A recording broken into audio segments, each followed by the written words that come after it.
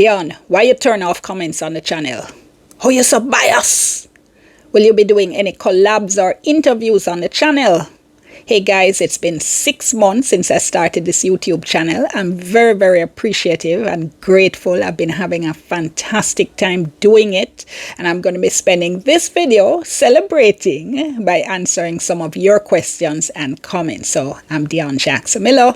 Thank you for being here. Stay tuned.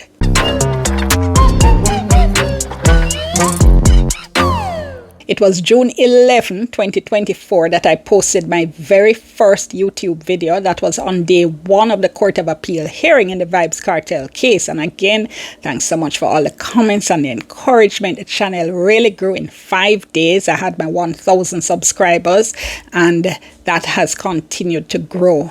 So far, we're at nearly 20,000 subscribers, over 80 videos I've done so far, 1 million views, yay, thousands of comments, likes and shares. So let's get into it. So Triple B asks, why do you so often turn off comments when you're giving your personal analysis on your videos? You seem to be more open to scrutiny when you're merely reporting the facts, but not so much when you're giving your 2 cents. I can't recall which videos. It was a few months ago, and there was a series of videos I wanted to comment on. Well, I actually found that comment really interesting, because most of the videos where I turn off comments are not the videos where I give my personal views. They're the videos when I'm doing things like, for instance, reading reports from the Integrity Commission. And let's look at the numbers. So I've done 81 videos. I've turned off comments on 12. And the reason, look, generally, some of the comments on this channel are absolutely awful. They're insulting, they're horrible, they're nasty. In fact, one viewer said the level of vitriol on the channel was incredible. And I really hate that, because I know part of what people want to do when they're following an issue is to look at the comments and to see what other people are saying, to try and get other perspectives on an issue. And I hate when political hacks and trolls come and just hijack an issue and just take over the comment section, Having said that, I do go through, first of all, I do delete some individual comments if they're over the top insulting or offensive, and certainly if they're defamatory. But that's individual comments. When I turn off comments completely, it's because the level of defamatory comments, and I don't mean defamatory of me, because a lot of the comments are defamatory, but I don't take them on. But when they're defamatory of other people that I'm making the videos about, and usually I'm talking about the Prime Minister or the leader of the opposition. Now, I go through, as I said, and I'll delete individual defamatory comments. If the level of problematic comments on a particular video reaches a certain point and I can't keep up in terms of deleting the problematic comments, I'll just turn off all the comments. And that's not going to change, because that's a judgment call. That's generally a legal issue. I have to say, and you can tell me what you think about this. Again, the reason I leave most of the comments up is because I believe in freedom of expression. But at the same time, freedom of expression shouldn't be exercised in a way that it's negatively impacting the community as a whole. And I am thinking about instituting some very basic community guidelines, just to say, the level of comments, the types of comments, the tone of the comments needs to be at a certain level of, some amount of civility, certainly not defamatory. You can tell me what you think about that. I'd love your views on that while I think through that particular issue. Okay, so here's a fun one. Dana wants to know, who are your favorite dancehall artists? Shenseea, for sure. I think she's super talented. I love the fact that she's a woman taking up space in the industry. I really love that she's succeeding internationally, not just locally. Love that for her. By the way, she's one of those artists I haven't yet interviewed. I'd love to interview her, maybe for 2025. So put out the call, all right? Call me. Then now, Agent Sasko. Hands down, one of the most talented lyricists we have.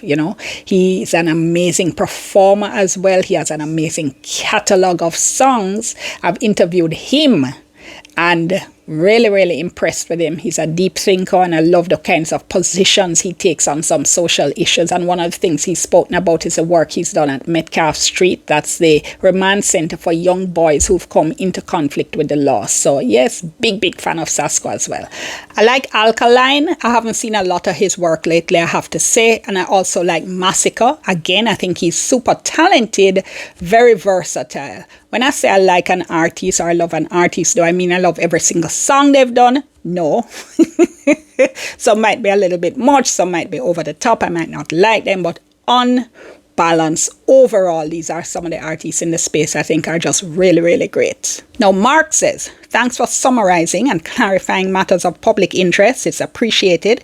We also welcome your take or opinions on same from time to time. So thanks so much, Mark, and to everybody else who had similar things to say, and people saying, come on, we want to hear more of your views, more of your opinions. And it's funny because I actually do think in a lot of my videos, I do give my personal opinion. Now, some of my videos are just informational, like I'll just read a report that's just come out from the Integrity Commission, summarize it, break it down for people who don't have the time to read it. And that's not going to change because that's something I do to, as a service. Also, I don't rush to give my opinions on issues, especially if they're complex issues. I like to take my time, go through the material, look at what the law says, think a lot, and sometimes even talk to other people to get other perspectives on the matter before I come to a firm position. Sometimes I'll put an opinion or a view out there, and sometimes it's something a whole lot of people disagree with, and that's fine. But I like to know that by the time I come to the point of stating an opinion on something, it's something I've thought through and I can defend. Can still change my mind, but I like to know that I've given something thought before I put it out there. What happens as well sometimes is that sometimes I'll give my view on an issue at the end of the video, and I know some people don't necessarily watch the video all the way through, and I think that might be an issue as well. So I think, having said all of that, I'm taking the suggestion on board. You'll get more of my views going forward. Maybe one of the things I'll start to do is give you a little bit of an indication of how I'm thinking at the beginning of the video, and I'll say more on my views at the end, because I'm not gonna put my views out there without saying what it is I'm commenting on. I like to go step by step in a very methodical way. A, then B, then C, and this is why I think D. But thanks so much for that. So look out for much more of that coming up.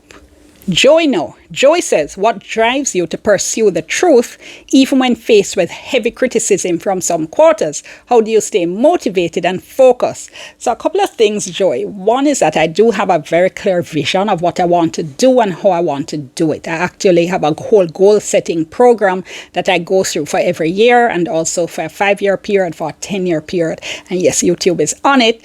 And I actually, put on this goal getter online class, and it went really, really well. And I'm looking at doing more of that in the future, so look out for that. Shameless plug. Having said that, though, point being that once you know what you want to do and you focus on something, you can't make the haters and the people who are just trying to tear you down, you can't let them win. You have to do your thing. I watch a whole lot of interviews and read biographies and autobiographies of people who inspire me, and I can tell you, hands down, especially in this social media age, there's nobody who is achieving at the highest level who doesn't have to deal with negativity and haters and people just trying to tear apart what they do. You can't make that stop you. Does it get a bit much sometimes? Yes. The political trolls and, hacks for the most part can get really, really vicious. And the thing is, though, for every one of them, there are 10 people saying, hey, we value what you do, we appreciate your work, don't stop. Give you an example. During COVID, for instance, when they used to have the COVID press conferences, I'd always be asking questions, and a lot of people didn't like the questions I was asking. And after every press conference, or once I asked my question, there would be this whole barrage of negativity and criticism and people cussing me off. So that's what people saw publicly, because the thing is, a lot of decent people don't want to get into no online quarrel with them people, right? So what people didn't see, though, is the people who would DM me and would WhatsApp me or stop me on the street and say, look, we appreciate the questions, we need the answers, now make them stop you. So, that's part of it as well. So thank you, everybody who has ever done that. It's very, very important, very meaningful to me. I'm going to say as well, though, that in all criticism, even criticism from political hacks and trolls, I try to look to see if there's something I can get out of it. So is there an essential point here that's important for me as a takeaway? Did I do a particular interview justice? Did I ask the right questions? Did I go too easy on someone, meaning were there additional questions I should have asked, or should I have pressed them on something that I didn't do? So even out of negativity, you can still pull something positive. Nile, I'll call this person, says, season's greetings and congrats on a successful and impactful first 6 months on YouTube. Thank you so much. Do you believe that meaningful freedom of the press, a fourth estate, exists in Jamaica? If not, should the right to such freedom be enshrined in our new constitution? Yes, yes, yes. We do have meaningful freedom of the press here. A lot of what press freedom means has to do with the kind of restrictions and penalties that a government can impose on media doing something or reporting on something that the government doesn't approve of. So, give you an example. On my programs, I have criticized how it is the Constitutional Reform Committee has been working. I've shared some of that criticism even in interviews with the Minister of Legal and Constitutional Affairs. The government didn't get up the next day and pull all their ads from the stations I work on.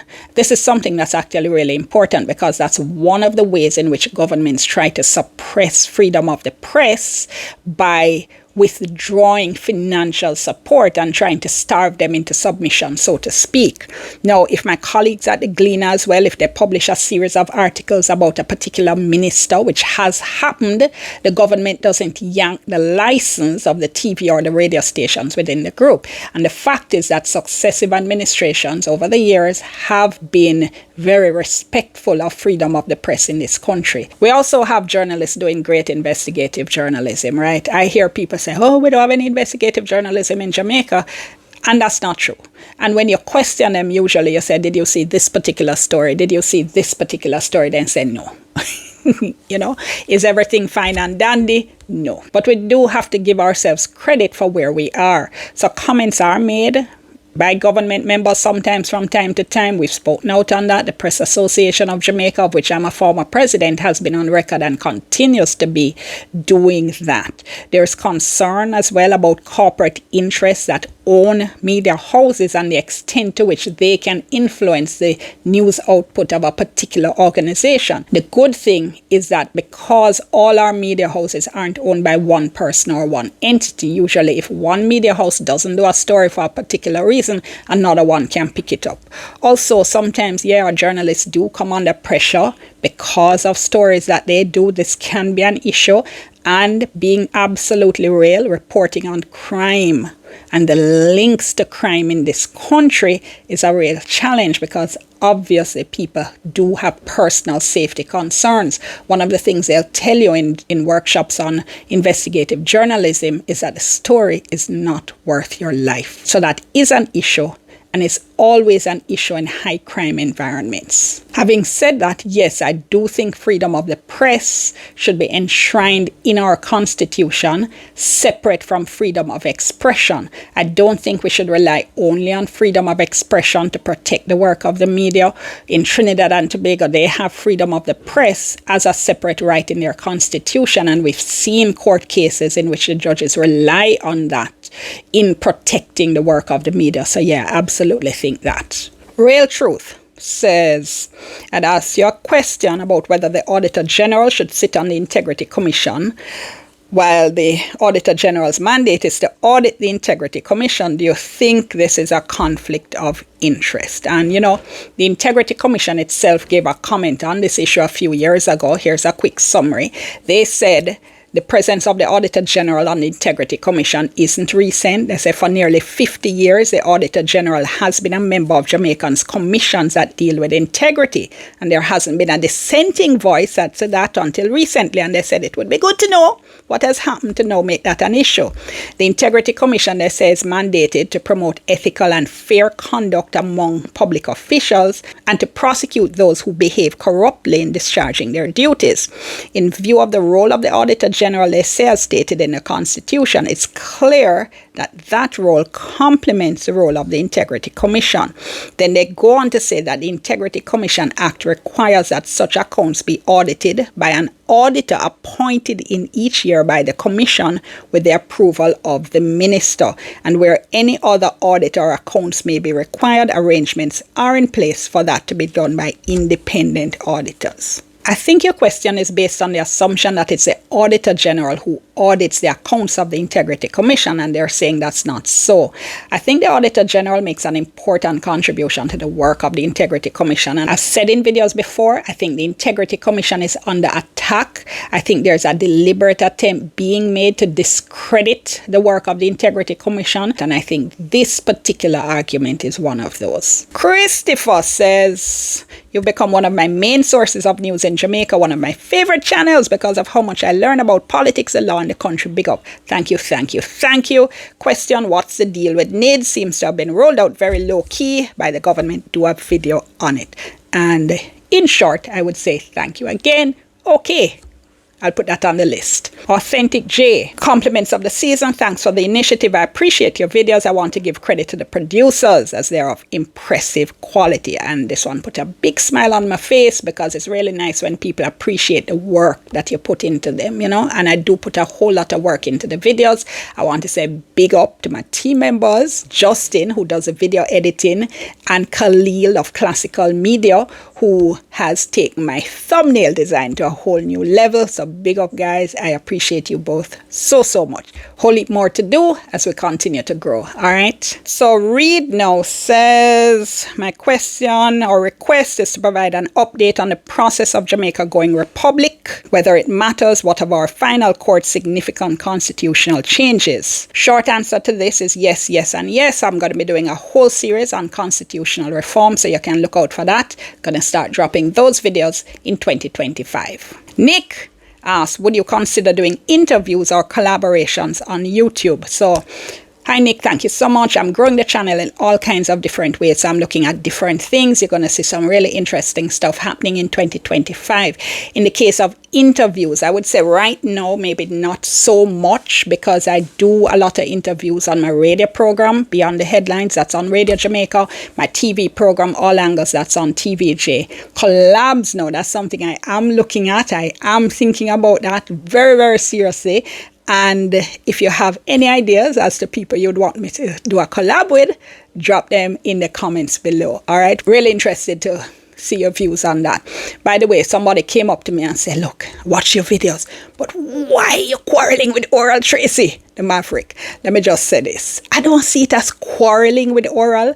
I hugely respect the way in which Oral has grown his YouTube channel. All right. Huge respect for that. Having said that, there's a lot Tracy says that I disagree with him. And we usually have big shouting matches in the newsroom, meaning top of my voice, hoarse when me done shouting matches, right? And instead of doing, well, still do a little bit of that, but really and truly, I think an interesting way to advance a conversation is to take it to YouTube, because that way he puts out a view and I can share an alternative view, a different perspective for people to think about. So I think of it as kind of continuing a conversation rather than quarreling with him. And one of the things I have heard people say is they really appreciate the fact that we are both so respectful of each other in our responses. You know, not to say we now go hard, we go hard, Tracy, you're wrong, Tracy, you're wrong. But that doesn't mean we're not respectful, you know. And I actually have a video that's going to be dropping soon on something Tracy said about child criminals, which I disagree with. So I'm going to be having a whole playlist called Maverick, You're Wrong. Let's see now. Okay, now the big one. How you so biased? Okay, I'm biased, but here's the question. Who am I biased towards? Let's look at some of the comments. Are you a political lawyer for the Jamaica Labour Party? Because it looks so. Also, you don't like PNP. Here's another comment. We all know you is a big PNP and nothing they say or do will stop Andrew from win. Best believe. Then you have, I believe, Dionne is JLP. Then you have, Dionne, did you check out the house Mark Golden built in the Bahamas? Really biased PNP. Those last two were actually on a video right under the other. So that's funny. So here's the thing. I've been in media for years. I'm used to being cussed by both sides, from the orange people and the green people. And my friends in media will say, if everybody cussing you, that means you're doing something right. Now, a lot of political partisans really hate to have their leader or their party criticize whoever he or she might be. They don't like to see them questioned closely or given hard questions either. And look, that is what I do. That's my job. Now, by definition, what tends to happen is that the party that is in government tends to get most of the criticisms at a particular point in time, because they're the ones doing stuff. They're the ones in power. They're the ones taking the decision and spending taxpayers' money. The opposition, they're out of bush, I try to come back in, all right? And I found that people have astonishingly short memories. So whoever is in opposition, I'm accused of being aligned with that particular party, and then when that party comes into power and the other party is in opposition, I'm then accused of being aligned with that other party. Or better yet, and this is happening more and more often now, I'll be criticizing or questioning, say, a PNP person on a Monday, so I'll be accused of being JLP, and the very next day I'll be questioning a JLP person and them accuse me of being PNP. Look, I just saw it go. Honestly, it's just part of the job, right? It's just something you have to deal with if you're in this line of work, and I just take it as it comes. 2025 is going to be worse, all right? And that's because it's an election year and people on both sides are getting desperate. So the trolls and the hacks are going to be out there. They're going to be attacking not just me, but everybody who is in the space. Anything that they think can help their party, they're going to do that. Things are going to get way, way nasty. I'm expecting that. You should expect it too. That doesn't mean we stop the conversation, because we're into Jamaica, all right? For we party at Jamaica. That's it, folks. It's been fun. Thank you so much for all the comments. Couldn't answer all of them. I don't know how it go. This video is already a little bit long, but I wanted to include as many comments and questions as I could, and I'll see how soon I can do another one of these. Thank you all so much for the feedback. Thanks again for being here. I look forward to seeing you in 2025. So do remember, please like the video now, subscribe to the channel, share the video with somebody you think might be interested, and for 2025, maybe make it a resolution to press the little notification button, the little bell, so that whenever a new video is out, you are aware of it and you can come and check it out. Thank you so much for everything. I'm Dionne. I'll see you next time.